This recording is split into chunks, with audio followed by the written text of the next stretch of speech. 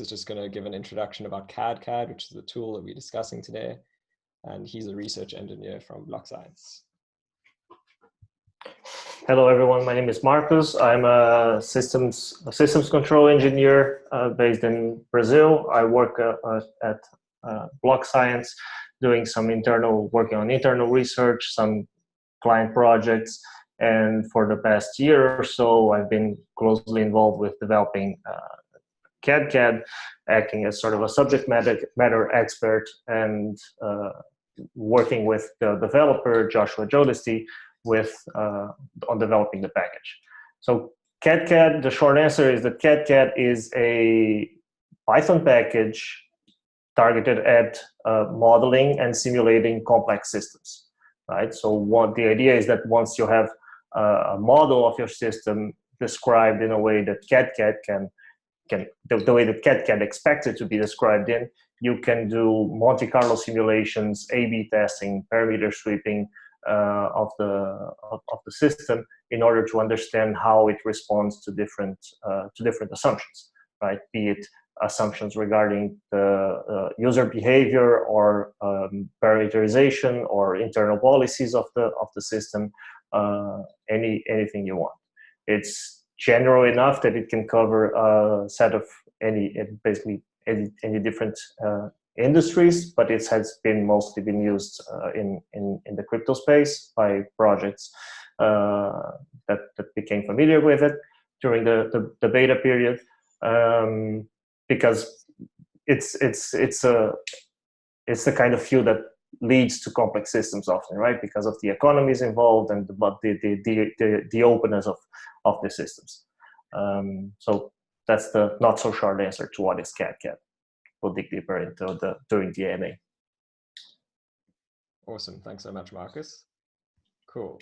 So I'm a software engineer from Molecule and Linum Labs. Linum Labs is developing a lot of the software for Molecule at the moment. And so what exactly is Molecule?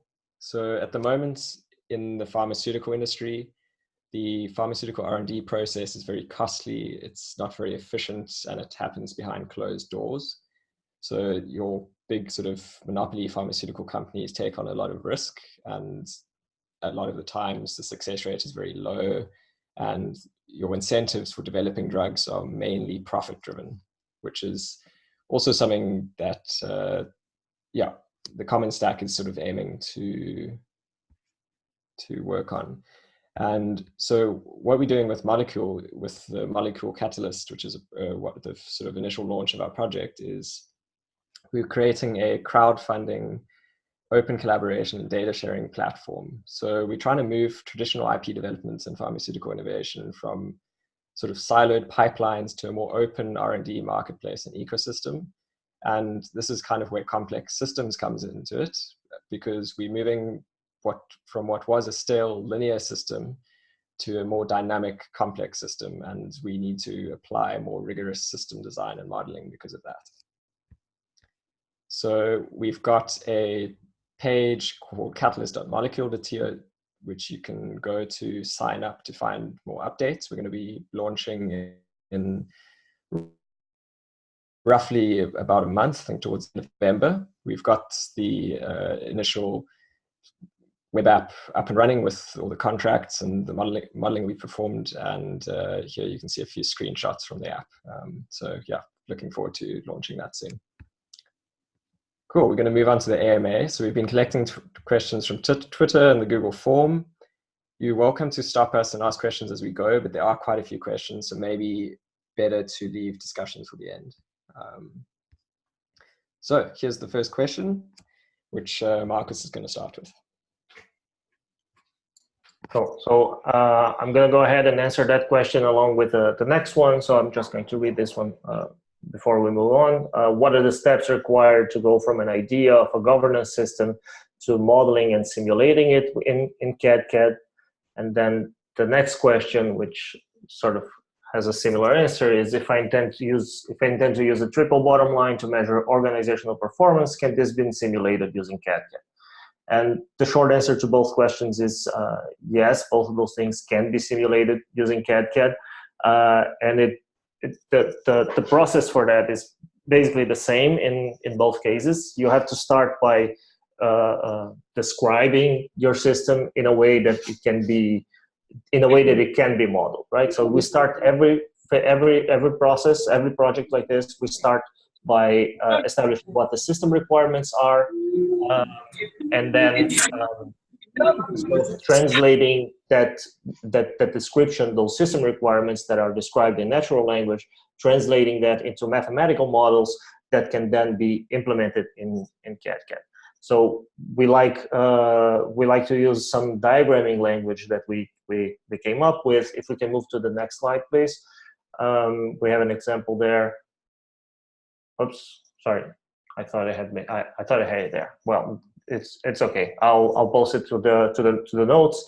Basically, what we do is we have this diagramming language where we start modeling what are the state variables of the system, and what are the mechanisms through which external agents of the system can interact with the system in order to, and which will result in updating those state variables, right? So be it we're talking, even if we're talking, it doesn't matter if we're talking about governance or we're talking about triple bottom lines.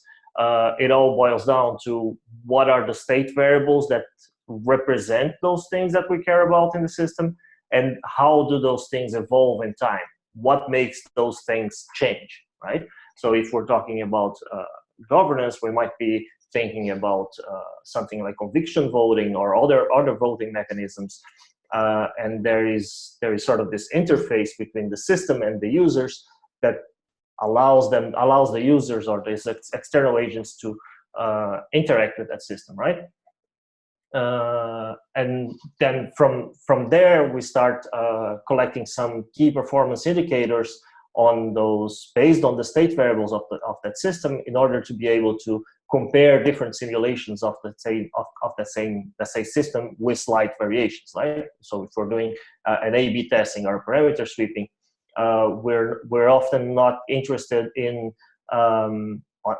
in the actual history of each one of the state variables, but some composed indicator that will help us compare those two variations that we're working with. Awesome. Yeah, Marcus, I think those slides didn't refresh in time, but we can show it after the discussion maybe. Yeah, sure, that's fine. Perfect. Cool. So the next question that came in was, what is the process for going from a stock and flow diagram to a differential specification to a cadCAD model? And yeah, I had to kind of go and Google what a stock and flow diagram actually is. But yeah, basically it's the idea that you've got stocks and flows, where stock is a measurement of at one specific time, and it represents the quantity existing at that point in time. And a flow variable is measured over an interval of time. So in this sort of diagram at the top, stock would be maybe the initial sort of hatch phase collateral that you start with in your system, and the flow would be the flow of additional collateral after your maybe augmented bonding curve system starts. At least that's what I think. So in answer to how we set the boundary of our models, so basically by performing things like Monte Carlo simulations and parameter sweeps, these boundaries will sort of become more apparent. And I think, before you start modeling something in cadCAD, it would probably be lying if we said we know exactly what the boundaries of our system are. But modeling is a way to give you a much better idea of what the best and worst case scenarios are and what those boundaries of your system look like. So you should basically try and start simply by parameterizing your stock. And you basically do this based on business knowledge and assumptions. So these are things that you, as an expert in your product or field, kind of assume. So maybe some of the sort of starting parameters. Then you try and look at who your actors in the system are and the actors that you care about in the system.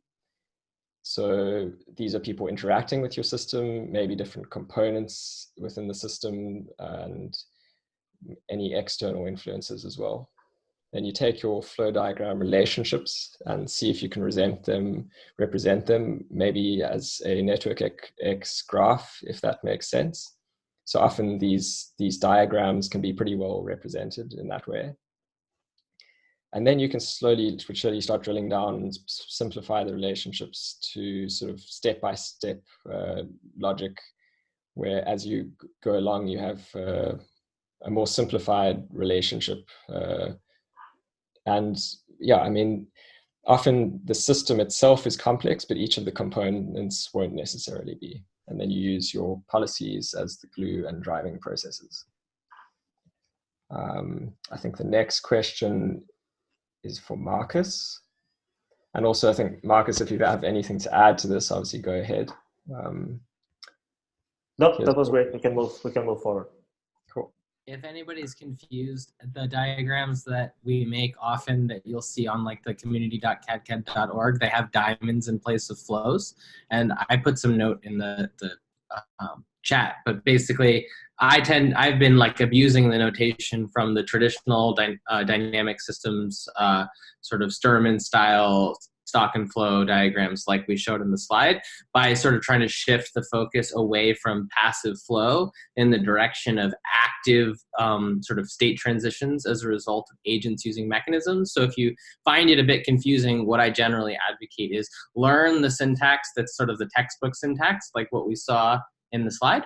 But then once you understand that, you can easily, I think, see why and how we've mutated it. And in the future, I'll be writing something up about it. It's just a little bit of a bottleneck. This is Z, by the way. So sorry to interrupt. Continue. Awesome. Thanks, Michael. Good to see you made it, Zargam. Do you want to give a quick intro for the people watching the recording afterwards? Sure. I'm Zargam. I founded BlockScience. I ramble about math things, and then really smart people turned them into software so that we could make more math things. Yay. Cool. So the next question is, how can mechanism design be applied outside of direct currency systems? Things like exchange, token curator registries, and auctions are all brittle when completely permissionless and trustless. Can we use cadCAD to find a balance that prevents cheaters from manipulating this important DeFi fixtures? The answer is, I think it's yes. cadCAD definitely can help with that. Again, it comes down to modeling, designing the mechanisms, establishing the parameters, and especially making user assumptions in this case, right? So cadCAD is not like the silver bullet that's going to give you the answers to your problems. It's going to help you understand how your assumptions affect the decisions that you're making. So if we're never going to predict how a system is going to behave using cadCAD, what we're seeing is under a set of different assumptions regarding user behaviors and internal system design, how would the system behave, right? If we encode manipulating behavior in the user behaviors of our system model, then we can start designing mechanisms in the system that prevent that kind of manipulation. But they will only be as resilient as we encode them, right? As we program them to be. If we program naive manipulation models, then we will encode naive counter mechanisms in the system, and they might not be representative of the actual manipulating behaviors that we will see in real life once those systems are deployed. Then again, we have some historical data that we can rely on when modeling these user behaviors. We have a lot of economic literature and systems engineering literature in the background to help us design that. But again, it all comes down to how well you model the system and how much sort of this trade-off between digging deeper and building a more accurate model, or staying on a level that's enough for you to make the decisions that you're making. Awesome. Thanks, Markus. So just a quick point on this next one about complex systems. I'm going to post a link in the chat that is a good course on an introduction to complexity, and they have a really good summary of this in there too. So Markus, you can go ahead. So the question is, at what point does a system become a complex system that needs to be properly modeled and simulated? And then I would argue that if you zoom in enough, any system can be understood as a complex system, right? You can think of it as a complex system. And if I'm dropping a hammer on the floor, it's pretty basic, like high school physics. But if I'm interested in understanding how each one of the atoms in this process moved and how each one of the atoms there were impacted, maybe this becomes a much more complex thing that we would like to understand in more detail. And I think it also relates to a previous question that Ben answered regarding the boundaries of the system. So if we're thinking about the system as sort of a more self-contained thing that doesn't, we sort of treat everything else outside of that as a black box, and we don't care much about that. We just treat those as inputs and outputs of the system. It also becomes a simpler thing if we start modeling different user behaviors, different agents that interact with the system. It starts becoming more complex because it starts becoming more difficult to immediately understand how each one of those components will interact with each other and what outcome, what kind of impact they will have on the ultimate outcome of the larger, broader system. Awesome. Thanks for this, Markus. Okay, next one. How do you decide whether to treat, or this is exactly what Markus was talking about now, whether to treat a component as a black box or dig in and properly parameterize it? And I think this is a problem that sort of beginners to cadCAD need to tackle. So in the diagram there, you've got a sort of graph, which could be a complex social network. And to model your system, you can dig in and properly parameterize it, or you could treat that same sort of growth in a social network of people interacting with your system as a sigmoid curve, and both of them, one is more complex than the other. So the idea is to make your components as simple as they can be to properly represent the system and reach decisions you need to make. And so usually in a complex system, the individual actors are not necessarily complex themselves. But also, if you don't fully understand a component of a system, sometimes it's easier or better to recognize that and abstract away from it than to try to make too many assumptions about the behavior of the component. And what I found doing some of the basic modeling of Molecule is that you can often tell a lot from the variance or sensitivity to a parameter, especially in a black box system, where the system is maybe too complex to model entirely or accurately. So instead, you can look at the best and worst case scenarios. Yeah, obviously, we don't all have the mathematical or engineering background necessarily to properly mathematically model a component, but you can often make some basic assumptions about the components that enable you to treat it as a black box. Can I throw a thought in? Go for it. Oh, thanks, Benjamin. Yes, Markus and Benjamin, I totally agree with you. And the way I think about it is that, yes, all systems are complex. What we're used to doing is just basically filtering out information and interactions to the point that we know we have not up to this time been really looking at complex systems because we've been turning them into linear systems.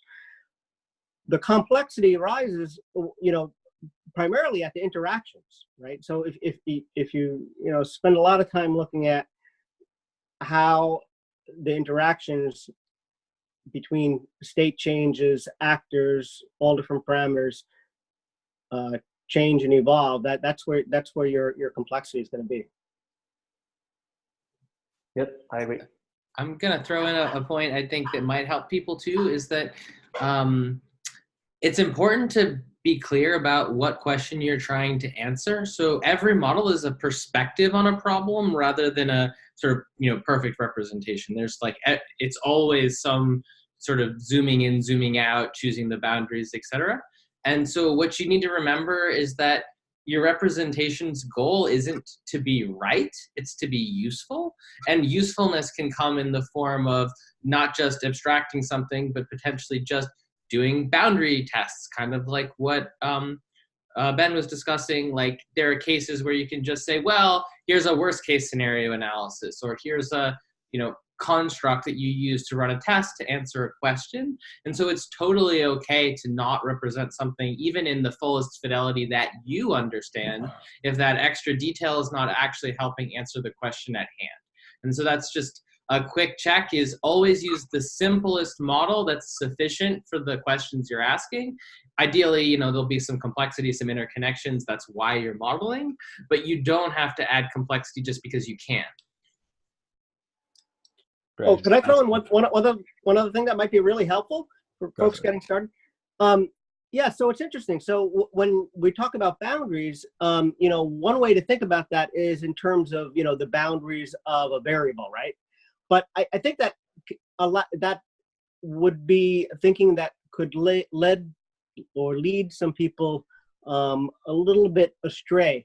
And the way I think about it is boundaries around, you know, something that you're studying as a container, right? So in that way, you're looking at the interactions in and out of some kind of subsystem, and that basically allows you to you know, basically chunk the system that you're studying more readily, rather than looking at I mean, obviously you have to look at boundaries of individual variables, but looking at, you know, boundaries of chunks of stuff is good. Subsystems. Yeah.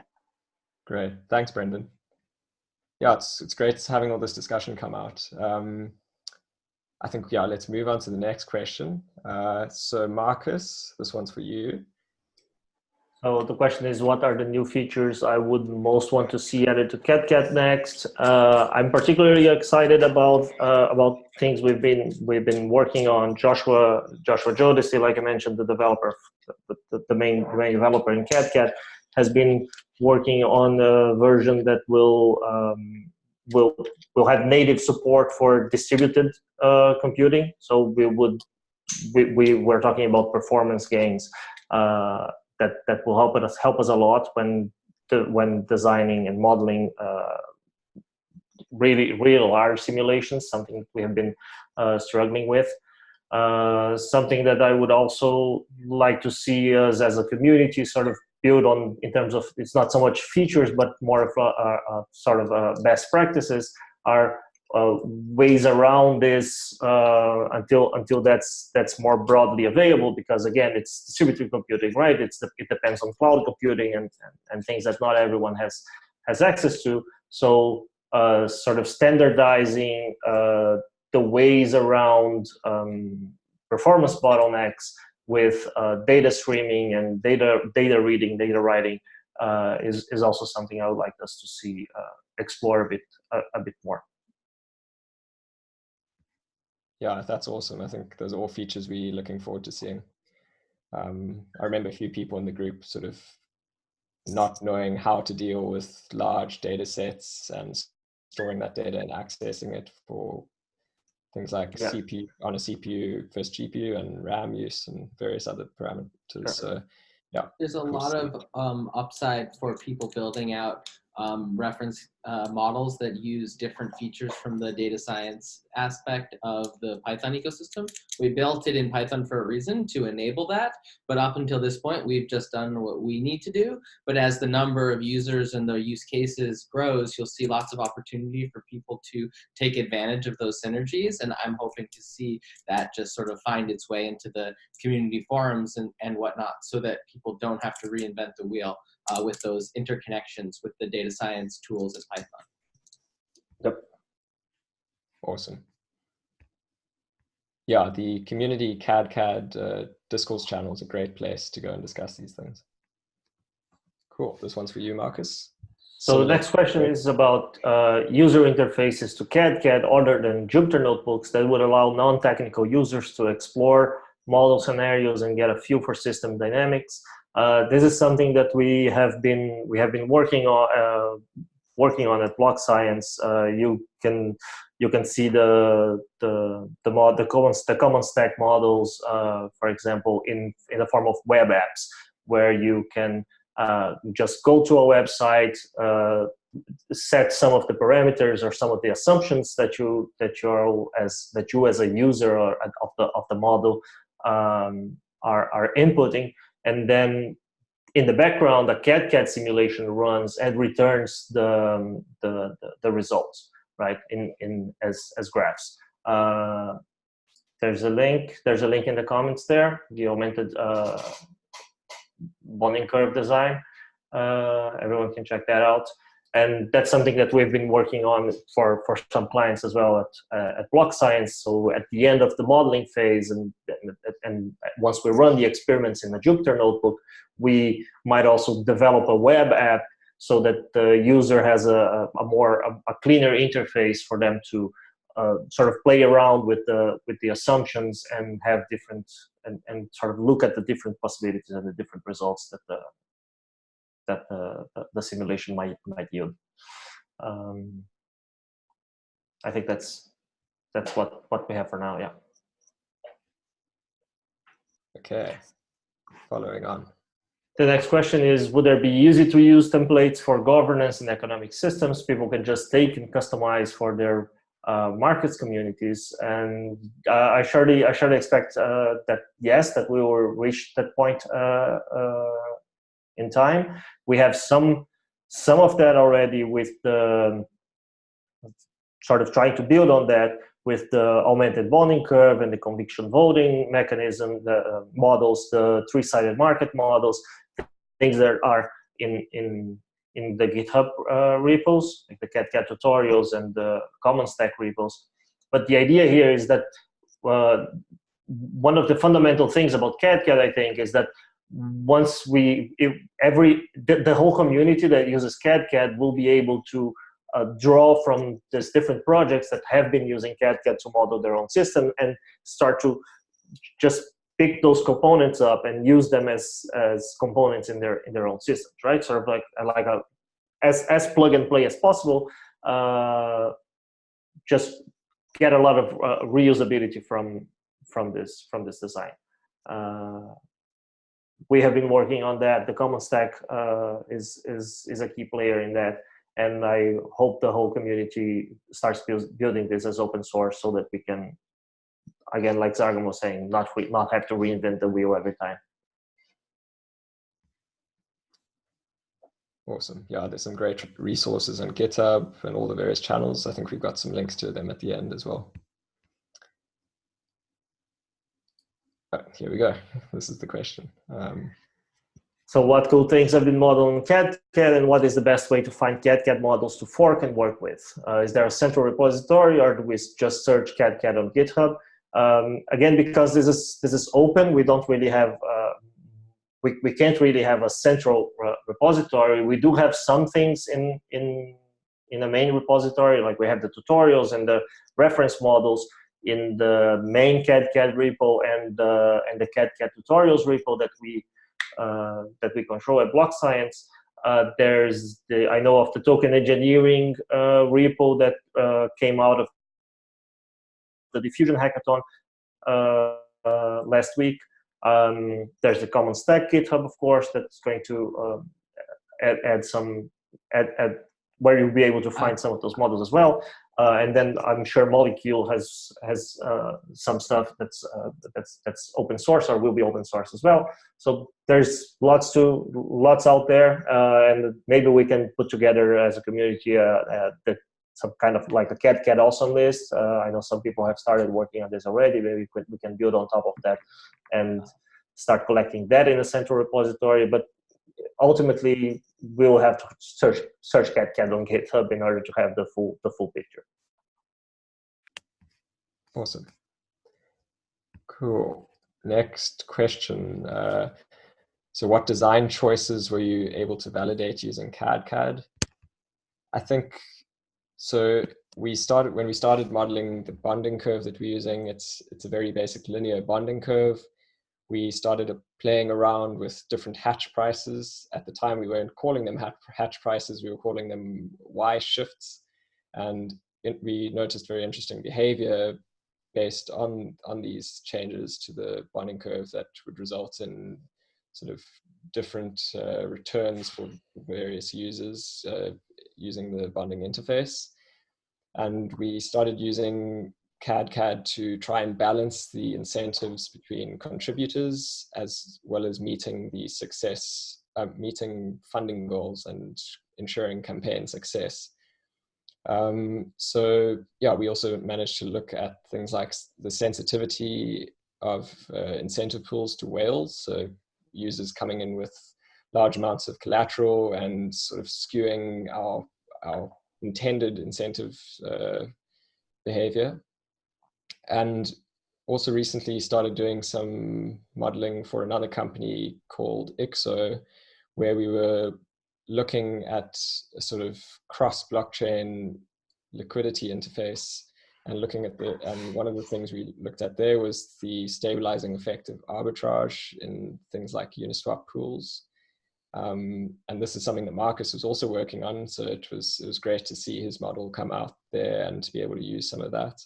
And in general, I think just being able to, run a system through various parameter sweeps or Monte Carlo runs and seeing how robust the system is under different conditions. I think it really allows you to understand your system a lot better. I think that anyone, not just software developers and sort of people involved in the design of a system can benefit from sort of understanding the idea of complexity a bit more. And that's one of the things that we benefited from the most, was introducing this idea of systems engineering into our software development pipeline.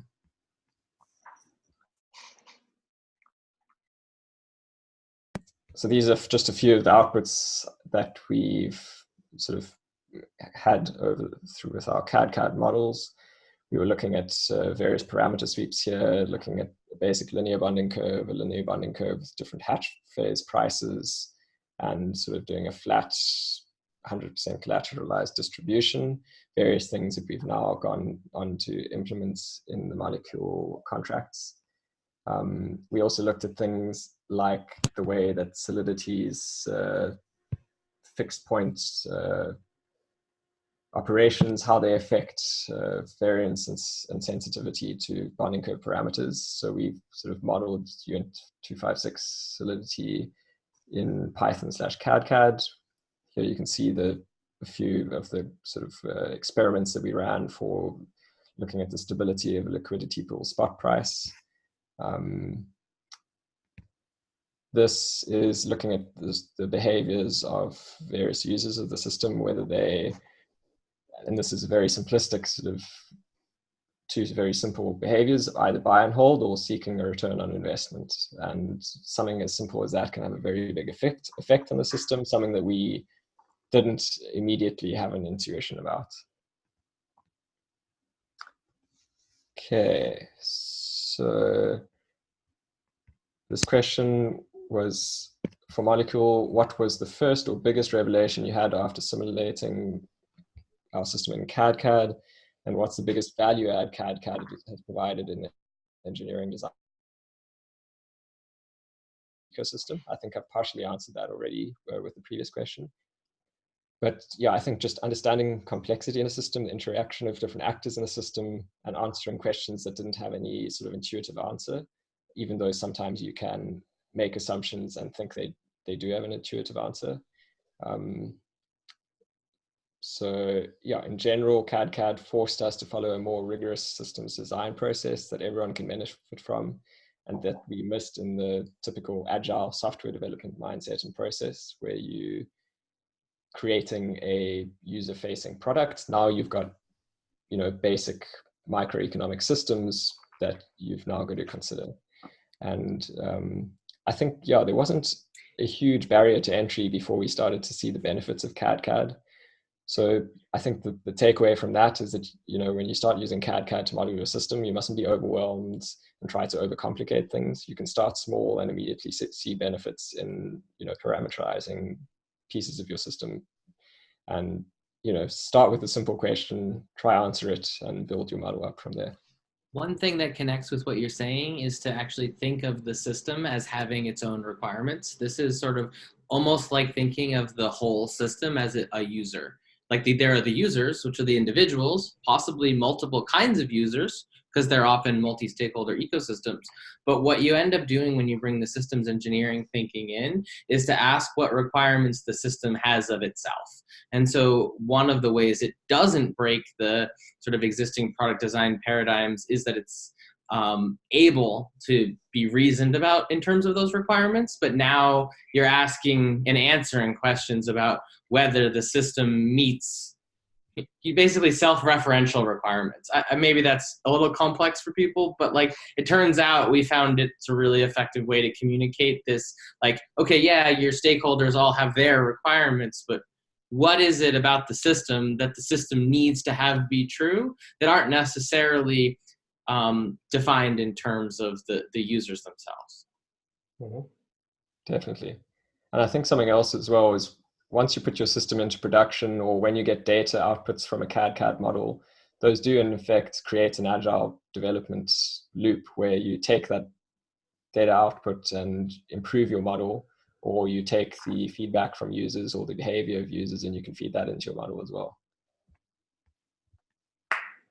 Okay, I think, yeah, now it's open to further discussion. I know we've had discussion throughout the call, so if there are any specific questions or people who want to add a comment, now's the time.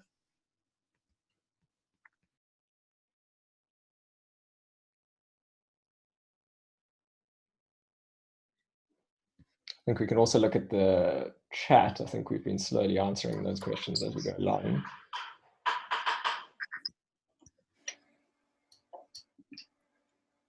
Yeah, I had a question. Go for it. Yeah, just a simple one. If you could, is there? It was asked, but maybe I'll ask it in a different way. If you could post a, you know, basically a quick start for both of the systems, you know, just the URL links where to get started, that would be great.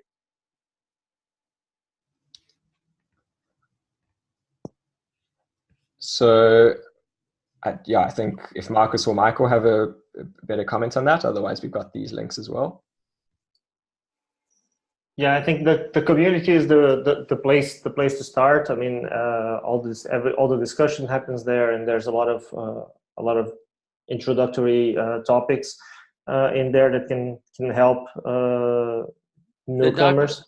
The documentation for cadCAD is also reasonably good in GitHub, though. I recommend checking out community.cadcad.org first, with a little bit of an effort towards, there's some articles that are a little bit more about concepts and some that are a little bit more about application. And once you sort of feel like it makes sense, you can either drive right into the tutorials that we have posted, which includes code mostly written by Markus, some videos created in collaboration with Andrew, and you know, ideally you just like clone those and start like mutating them and figuring out, getting a feel for what you can do.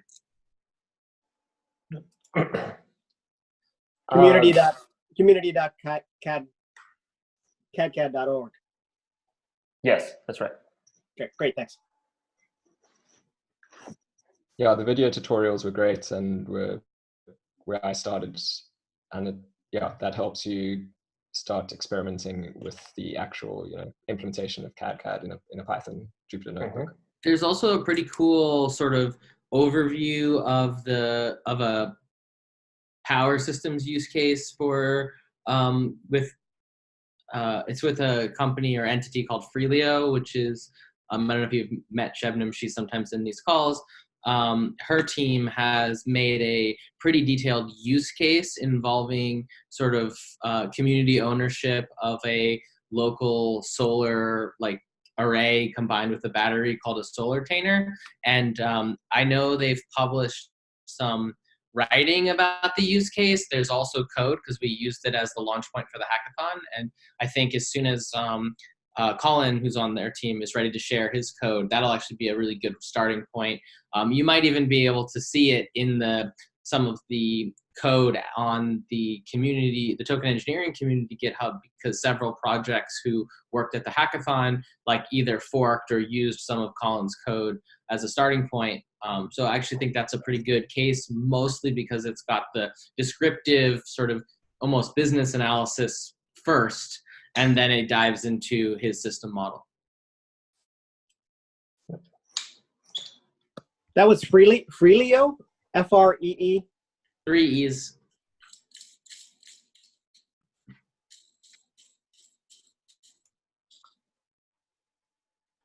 Ben, do you think we could pull up those diagrams in slides 10, 11? Yeah. I hope refreshing doesn't break your presentation. But. No problem.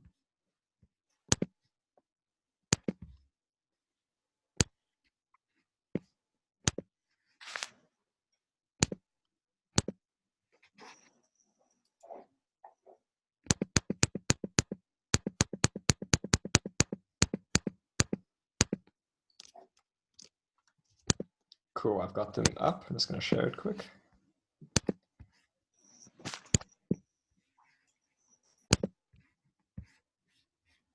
Okay, can you see that? Yes. So that's the kind of diagramming I was talking about in the first 2 questions, where we sort of start describing the system in terms of what are the state variables that describe it. So in this case, there you see the state variables as those cylinders, sort of database like figures there, the components, like the ARC tokens in the purple top flow. And then we have the mechanisms of the system as those orange pink diamonds there that sort of describe, well, when are those state variables updated, right? What are the mechanisms, what are the interfaces that we provide for users or any external agent that interacts with the system that that results in a change to those state variables. And then the clouds there sort of indicate the boundaries of your system, right? So where things are coming from or where things are being created or destroyed, and we no longer keep track of them because we're not concerned with them. That's the kind of thing where, again, going back to Brendan's point about the interactions giving rise to complexity, and again talking about the black models or digging deeper and modeling the system in more detail. This is the kind of place where you might be interested in tracking, for example, ether balances of different subpopulations of those agents, instead of just not caring about it as it is in this diagram here, right? All the ether outside of the ether in the system goes to those clouds there. So we're not keeping track of them, but maybe we want, in some cases, we want to dig deeper and start modeling that in more detail. So once we have that covered, we move to the next slide, where we have the differential specification diagram, where we have in the middle part there the same state variables that we had in the previous diagram, and then on the second, that's the third row, and then on the second row we have the mechanisms that update those state variables, right? Each one of those are mechanisms that are either triggered by external policies, external processes, like environmental processes, in the yellow triangles there, and then the pink diamonds are user behavior policies that also trigger the mechanism. So you have some kind of user logic that reads from the state variables and decides to take an action and trigger one of the mechanisms. And you have in the green pentagon there, you have internal system policies that sort of update the system. It's the system itself updating its own state based on some policy defined by the designer. And then in the bottom row, you have the performance indicator, the metrics that will help you make your decisions as a system modeler, as a system designer, that are derived from the state variables of the systems, right? So you'll be looking at some metrics, maybe profitability, revenue, or market share, or anything that's important to you when you're comparing two different versions or variations of your system. And then from there we start coding. Basically, each one of those components in the top row become a policy function in cadCAD. Each one of the arrows connecting the mechanisms to the state variables are state update functions. And after everything is run, we start doing the analysis to derive the metrics from the state variables. Yeah, these diagrams are great. What tool do you use to draw them? We're using Lucidchart internally at BlockScience, but again, it can be done with most of the tools out there. I've seen some interesting work with what's Microsoft new tool, Miro, I think. They were doing. The first version is usually on a whiteboard or a piece of paper. It can be super low tech. One paper. Yeah. Pen and paper, man. Going old school. Though to some ways, like I liken it to making a circuit diagram. So like once you have a pretty good idea of what you're doing, you are able to sort of sketch out the circuit before you go to build it. And then you could imagine that either writing a simulation of a circuit system or implementing a circuit system, it really helps to have a drawing of it first.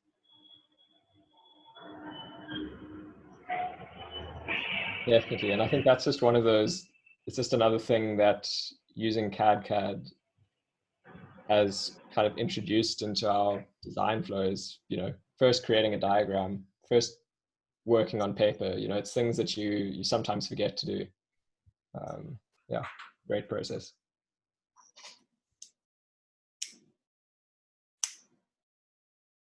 Cool, I think that's, we've been going for almost 45 minutes now, I think. There's a bonus question that just popped up in the chat there from Paul. How do you envision machine learning or AI to interact with cadCAD simulations to optimize parameters and behaviors? Do you mind if I do this one? Yeah, go for it.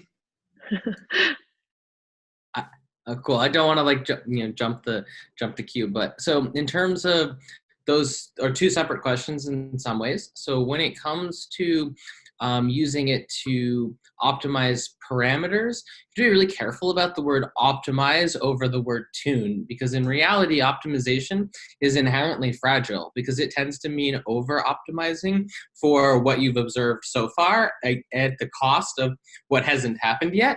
So most of the time when we use data to create as many stochastic processes, or like we learn process models and then run Monte Carlo experiments with many different realizations of the same processes. And that's actually already an ML technique because it's using a model of a stochastic process, data, fitting the stochastic process, using the stochastic process as a driver.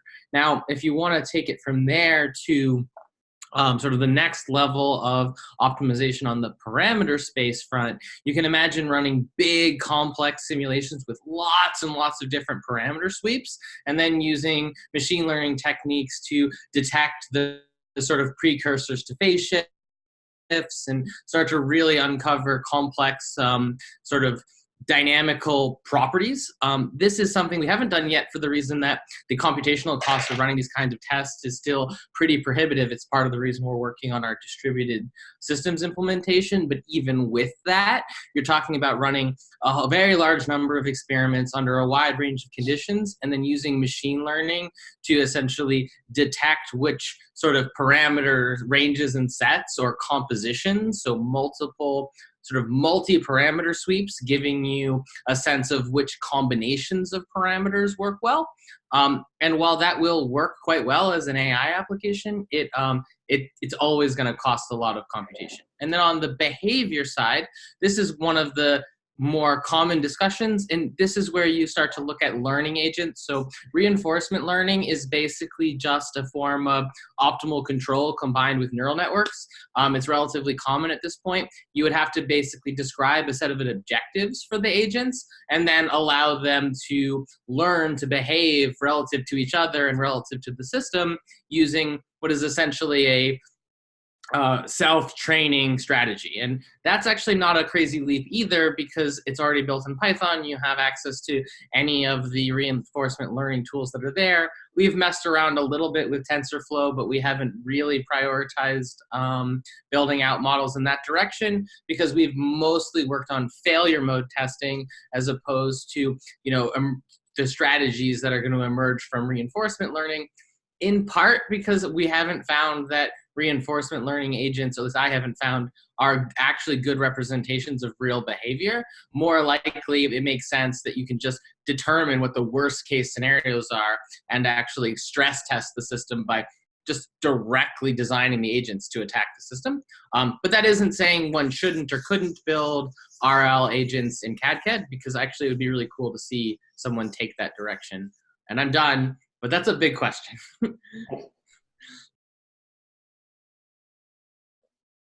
Awesome answer. Who was speaking? Oh, that was Michael. Oh, Michael, great. Yeah, I'll just add. I guess the other thing to consider is the the layering of the system and the granularity that you're looking at. Hierarchies of layers of things, and in terms of optimization, it's kind of like the trade-off of, like, which part and which subsystem are you going to, we don't want to say optimize because of what was just said, tune, right? So it's kind of like this stretching and pulling, right? You're going to look at one part and you might be tuning that up, but then you're knocking something else out of whack. So it's it's tricky in terms of approaching and doing all of this modeling concurrently with how you design your system. Like, thinking about it is not separate from your actual system design. Get a little second order cybernetics in there. So I hope that helped. I hope that helped and didn't make things more confusing. No, I'm just saying, so for people's reference, the idea that your design of the system is part of the system you're designing is the central tenet of second order cybernetics, which is like kind of came up around in the 70s. You can read about it. It's sort of motivated a variety of researchers that were working on human systems after that. Won't go down the rabbit hole, but it's an important concept, though it can be a little bit complex. So I'm kind of pegging it with, if you want to read more about the idea, second order cybernetics is the thing to Google. I feel like this discussion is going to open a lot of rabbit holes after this. That's the idea, right? That's the idea.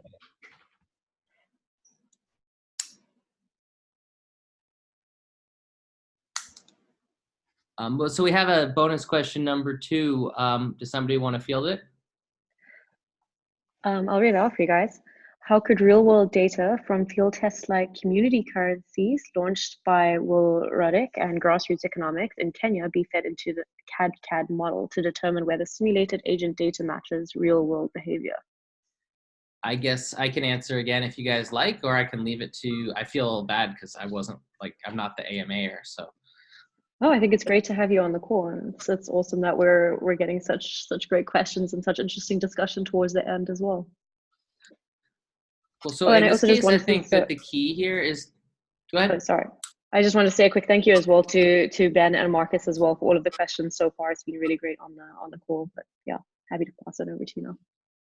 So in the case of when you have real world data, it makes a lot of sense to use the data as the main driver for agent models. So you wouldn't necessarily ask the question of, did my agents match real world behavior, so much as you would transition from largely theoretical models of behavior in the direction of more data-driven ones. And there's a sort of continuum from, purely theoretical, sort of here's some heuristics from behavioral economics, to the, we talked a bit about reinforcement learning agents and sort of optimal or even bounded rational optimal type agents. But once you start to get data, you will generally use that data to fit some models. And so you might want to do exploratory data analysis first, kind of get a feel for the pattern, construct a model that's pretty representative, then try to use the data to fit that model, and then actually use the policy models of the agent. So again, you're not fitting their exact behavior, you're looking to fit their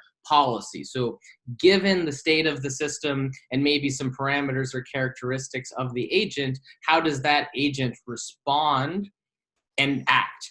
And so you get an input-output operator, much like all of our other decision systems, that say, here's what I've observed and what I know, and as a result of my own private, preferences, priorities, norms, etc., I will do this thing, and you can actually fit or learn those models from data. So it's a nice mix between theory, usually on the behavioral economic side of things, with the data to sort of tune the parameters.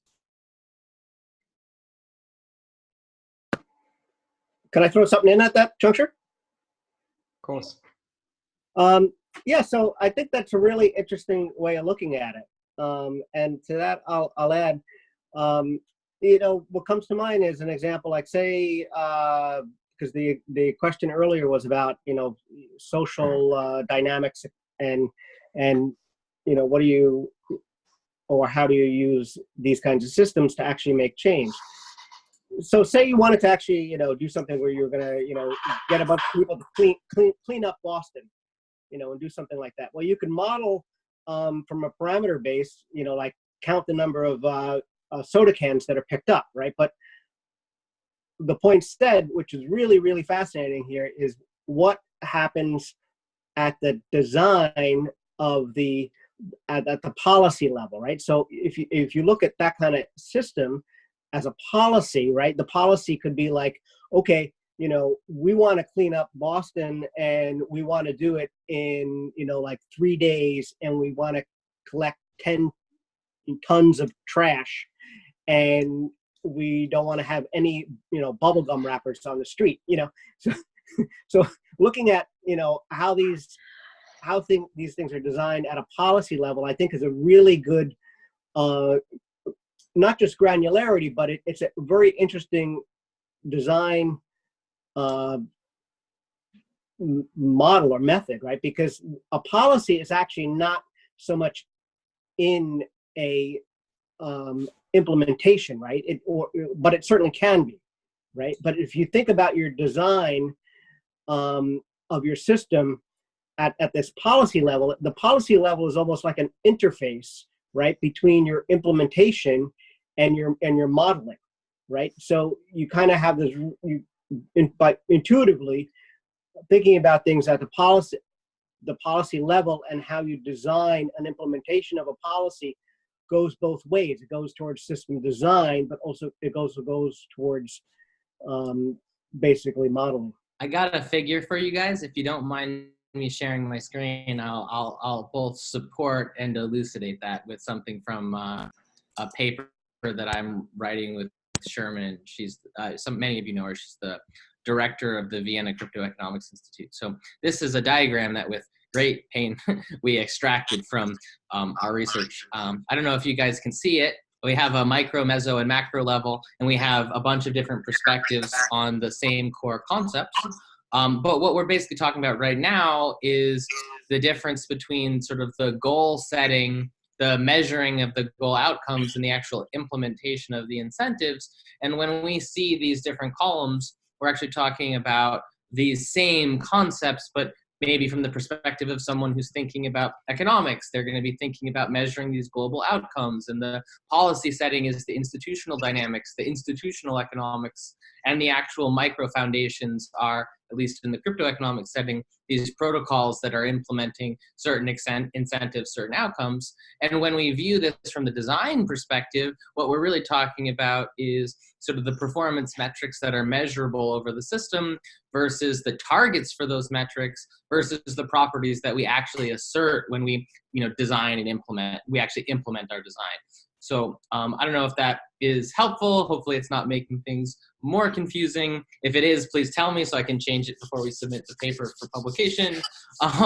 But we are working really hard to try to understand how these layers interact with each other and really tease out this meso layer, which is representative of this sort of goal setting that informs the implementation, because then the implementation has the effect of the observed outcomes, and the observed outcomes in turn affect future policy.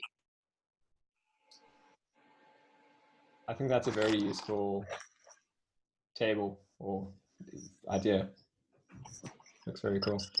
So I'm going to stop sharing it now. But it actually bore a lot of similarity with what Brendan was saying, and I thought it would be worth bringing up that this, in fact, this interscale feedback is something that I think throws a lot of people for a loop, because we're setting policies, implementing through low-level protocol or incentives or mechanism designs, but then we actually have higher-level goals, which we then observe and influence policy. So you actually have a feedback loop that goes from the middle down to the top, and then from the top down to the middle.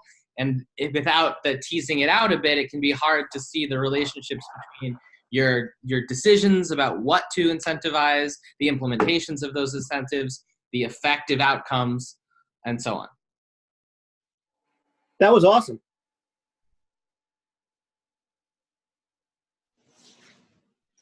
Great. Thanks, Michael and Brendan. Really appreciate the additional inputs to the session.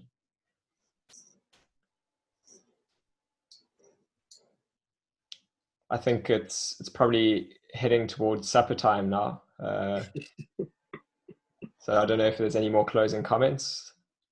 Otherwise, we'll have to organize another one of these sessions soon.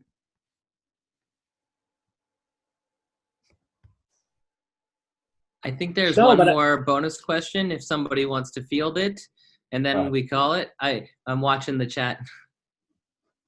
Yeah, that's from Cameron. He's asked, do you expect the emerging field of research from cadCAD's application to be axiomatic or cataloged?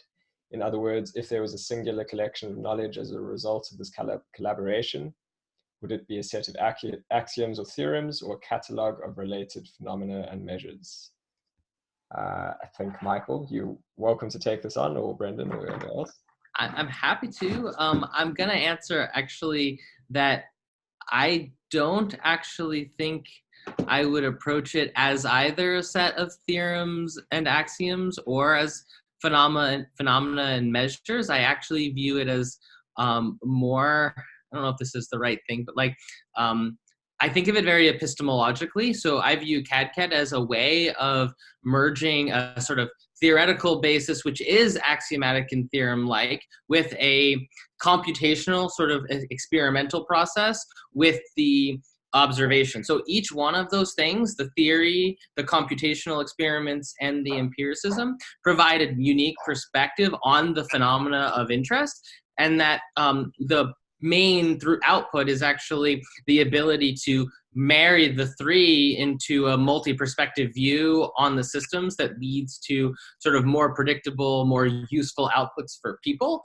And so the actual outputs for people, whatever it is that the design goals are, is the actual main goal. So it's almost like, as an engineer, I'm like, we succeed when we make the things people need and the people use those things. I don't know, is that helpful, Cameron? Yeah, I like that. He says a mesoscale bridge. Nice analogy.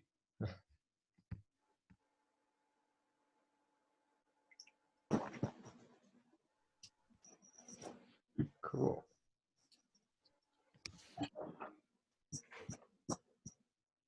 All right, I'm happy to close things up here, I think. I just want to say again a big thank you to Ben and to Markus and to Michael and to everyone as well that participated in the discussion. I think that this was a really great session. If you do want to continue the conversation, you're also welcome to pick it up again in the Molecule Telegram. I'll post the link now, or on Twitter, or via the cadCAD forum. But yeah, thank you so much everyone for joining. Yeah, that was great. Thanks. Thanks everyone at Molecule for organizing this. Have a blast. Cheers, everyone. Have a good evening.